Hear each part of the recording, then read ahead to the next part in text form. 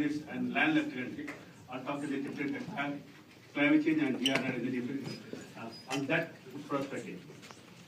Why DRR and climate change and sustainable development goals are so important agenda for Nepal and others countries, because without addressing the issue, particular move forward achieve the economic and sustainable growth.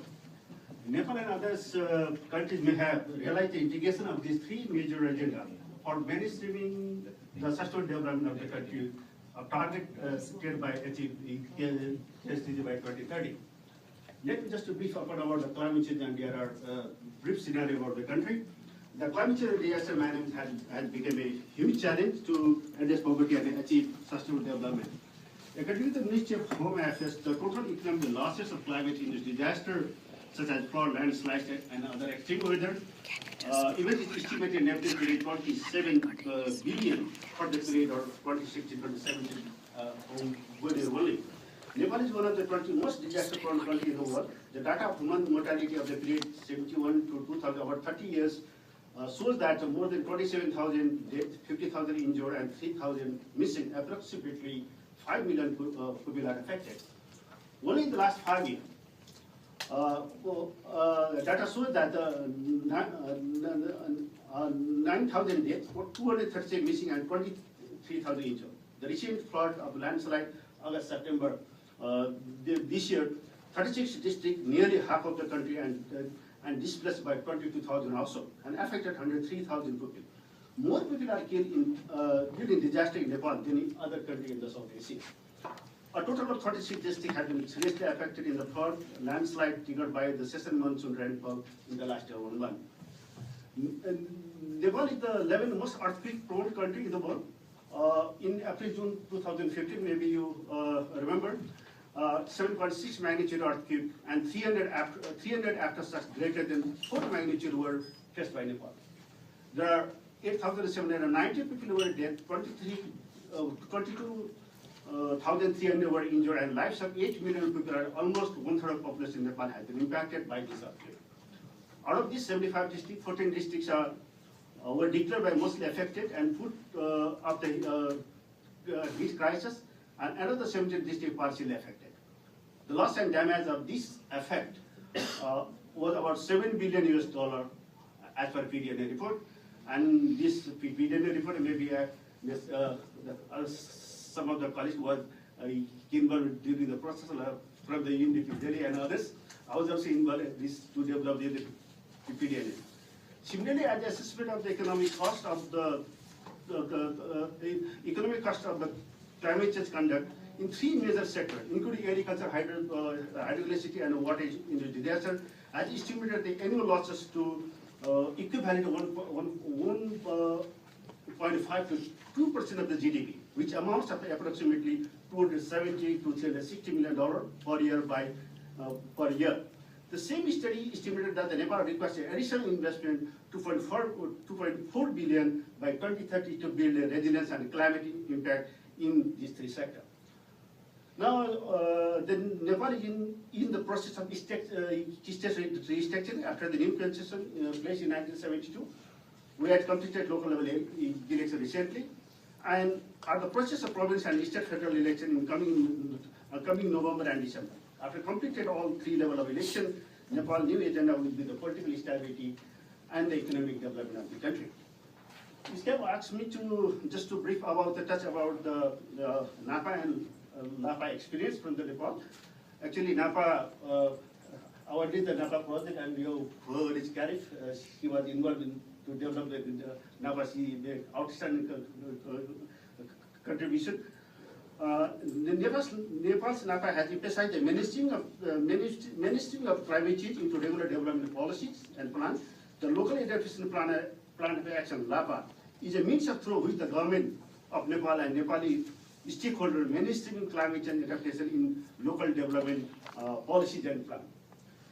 The recently 25 September 2016 disaster risk bill passed by the Parliament of Nepal also greatly emphasized the mainstreaming DRR within the development from central to local level planning. The role and responsibility of each level has clearly defined for avoiding duplication in the process of DRRM authority. will be established at the central level, and CEO will be appointed as an expert of this field and also backup of 5 technical experts for effective policy formulation are the key elements of the paper. Government of Nepal under the current local level restriction is eager to develop, integrate climate change and DRR strategy at the local level to build synergy and coordination within the planning and implementing process. LAPA plan developed at the grassroots and community level has stronger focus on DRR and sustainable development activities. These plans are mostly focused on enhancing sustainable livelihood of climate vulnerable households through transfer of knowledge and technology. Nepal has successfully implemented 100 LAPAs, covering most of the district and in mid and far western region of 14 districts. The initial outcome of the LAPA has been positive in reducing risk, building resilience, and a vulnerable household in the community. In the last COP, if you remember, the Nepal LAPA recognized one of the best pilot project considered by the UNFCCC in the last COP. Recently, government of Nepal has taken a resilience-based approach of addressing the core issue of disaster risk, climate risk, and the development efficiency targeting the underdeveloped region and the communities below the poverty line. Nepal is already in stage of drafting national adaptation plan. NAP aims to identify the minimum and long-term adaptation needs and developing and implementing a strategy program to address those needs. It further aims to mainstream climate change adaptation in the country policy and plan. Government of Nepal is also developing the urban resilience policy and plans. Now I'd like to talk about why climate change, DRR, and sustainable development integration. Sustainable development goals have a stronger impact on climate change and disaster risk reduction. For example, goal 1, 2, 11, and 13 focus on the climate change and DRR. Poverty and vulnerability are common issue and agenda facing the least developed countries like Nepal. This emphasizes on the importance of the integration of climate change with the development policies and plan. Without an integrated and mainstream approach, it is almost impossible to meet the national and international goal and target on climate change and sustainable development. The target beneficiaries of the climate change and DRR and the development are poor, marginalized, and vulnerable women and men residing in remote, fragile geographical areas. Indication offered the opportunity to bring synergy among development and climate change and DRR program, avoiding duplication and resource fatigue. If we talk about the climate change and DRR without touching some financial aspect, the story will not be complete. So the financial aspect of DRR and climate change is the early and developing countries has huge funding and the resource gaps. Receiving external resources is not an easy task. Also, such a fund are tied up many terms and conditions, including high percentage of technical assistance. There are many countries, including Nepal, looking funds for a successful implementation of climate change and DRR activities, but now we need to additional fund in order to achieve sustainable development. Without external support and funding, integration of climate change and DRR and also successful implementation of the strategy will not possible.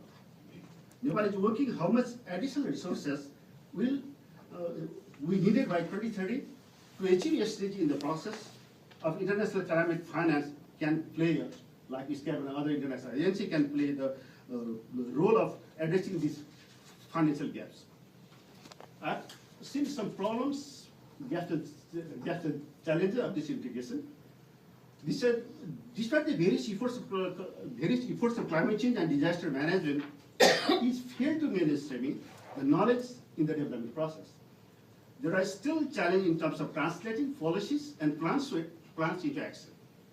It is important for the government to develop a strategy and action plan to see how climate change and DRR is well integrated into the development agenda of the province and local level government.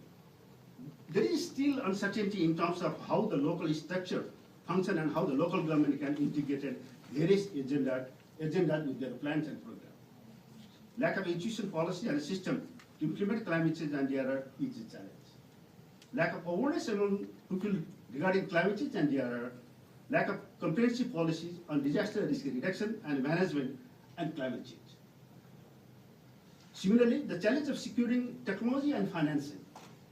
for climate change, particularly covering loss and damage, and meeting the cost of adaptation. Also, the lack of strategic planning for prevention and preparedness, socio-cultural challenge, culture of submission and immunity, and use of natural resources and settlement behavior are some of the other challenges. There are huge gaps of role of private sector and public sector in the context of DRR and climate change. There is need to increase engagement with the private sector stakeholders, including banks, finance companies, businessmen, and insurance companies, etc. There is also need to capacity building, knowledge and information sharing, and regional dialogue. And network for extensively the country's willingness to manage climate change and DRR with the sustainable development. Thank you, Chair. Thanks, Mr. Purushottam.